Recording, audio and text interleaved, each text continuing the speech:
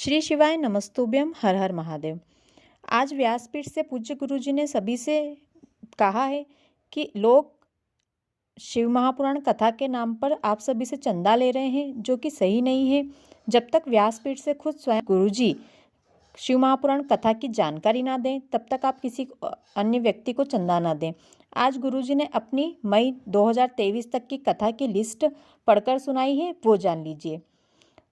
गुरुजी ने कहा है कि आगामी शिव महापुराण कथा 24 नवंबर से 30 नवंबर 2022 तक दलाल बाग इंदौर में है। उसके बाद 3 दिसंबर से 9 दिसंबर तक बड़ोदरा के लेप्रेसी ग्राउंड में, 12 दिसंबर से 18 दिसंबर तक बैतूल में, 23 दिसंबर से 29 दिसंबर तक मालेगांव नासिक में, 2 से 8 जनवरी तक कोकड़ी छत्तीसगढ़ में, 13 जनवरी से 19 जनवरी तक रेलवे ग्राउंड कानपुर में, 23 से 29 जनवरी पावागढ़ गुजरात में, 2 फरवरी से 8 फरवरी तक बुरहानपुर में, 16 फरवरी से 12 फरवरी तक रुद्राक्ष महोत्सव और रुद्राक्ष वितरण सीहोर में होगा। 26 फरवरी से 6 मार्च तक बेटमा में शिव महापुराण कथा, 14 मार्च से 20 मार्च तक गाजियाबाद में, 24 मार्च से 28 मार्च तक कोटेश्वर में, 4 अप्रैल से 10 अप्रैल तक उज्जैन में, 5 मई से 11 मई तक पातूर रोड महेशपुर आकोला में होगी। आज कथा में गुरुजी ने कुबरेश्वर धाम के रुद्राक्ष वितरण को लेकर कहा, यदि कोई व्यक्ति बहुत अधिक बीमार है तो वो अपनी रिपोर्ट लेकर या किसी अन्य के साथ अपनी रिपोर्ट भिजवा दे। कार्यकर्ता वो रिपोर्ट देखकर आपको रुद्राक्ष दे देंगे। इस बार का 2023 का रुद्राक्ष महोत्सव और रुद्राक्ष वितरण 16 फरवरी से 22 फरवरी तक सीहोर में किया जाएगा। आज की कथा की कुछ जानकारी।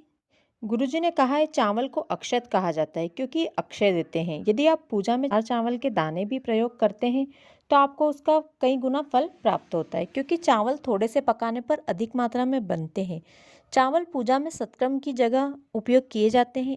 जिस प्रकार चावल थोड़े से पकाने पर बहुत अधिक बन जाते हैं, उसी प्रकार थोड़ा सा पुण्य करने से उसका अधिक मात्रा में हमें फल प्राप्त होता है। दूसरी जानकारी, गाय के पीछे बछड़ा चलता है, पति के पीछे पत्नी चलती है, गुरु के पीछे शिष्य चलता है। लेकिन जो महादेव को अपने घर से 1 लोटा जल ले जाकर चढ़ाता है तो उसके पीछे शिव जी खुद चलते हैं। यदि किसी की एग्जाम शहद और बेलपत्र वाला उपाय करने के बाद भी क्लियर नहीं हो रही है तो गुरुजी ने बताया, बेलपत्र और शहद वाला उपाय आपको उस दिन करना है जिस दिन आपका पेपर होता है। अगली जानकारी, हमारी आत्मा का साथ सबसे पहले हमारा शरीर छोड़ता है, उसके बाद हमारे परिवार वाले साथ छोड़ते हैं और उसके बाद जो होता है वो गुरु, जो हमसे कभी कभी मिलता है लेकिन वो हमें भक्ति का मार्ग दिखा देता है। अगली जानकारी, यदि हमने अपने जीवन में कभी भी कथा सुनी है तो मरने के बाद हमारी आत्मा को यम की कैद में नहीं जाना पड़ता है। आज की कथा के कुछ पत्र। पहला पत्र जिसमें लिखा था, भाई गुरुजी, मेरे 2 भाई थे, उन दोनों ने एयरफोर्स का एग्ज़ाम दिया था। एग्ज़ाम वाले दिन उन दोनों से हमने बेलपत्र और शहद वाला उपाय करवाया। दोनों का जॉइनिंग लेटर आ गया और सारे टेस्ट उनके क्लियर हो गए। दूसरा पत्र जिसमें लिखा था, मेरे बेटे की नौकरी नहीं लग रही थी, मेरा बेटा बहुत परेशान था, मैं आपकी कथा सुनती थी। एक बार मैं आपके कुबरेश्वर धाम में बैठकर कथा सुन रही थी। वहाँ बैठकर मैंने बाबा से विनय किया कि बाबा मेरे बच्चे की नौकरी लगा दें, वो बहुत परेशान है।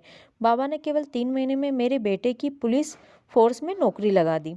तीसरा पत्र, मेरा बेटा बैंक की एग्ज़ाम दे रहा था। पहले क्लर्क की एग्ज़ाम दी थी, उसमें मेरा बेटा क्लियर नहीं हुआ। फिर मैंने आपका बताया वो पशुपति व्रत किया और मेरे बेटे को रोज़ शिवजी पर जल चढ़ाने को कहा।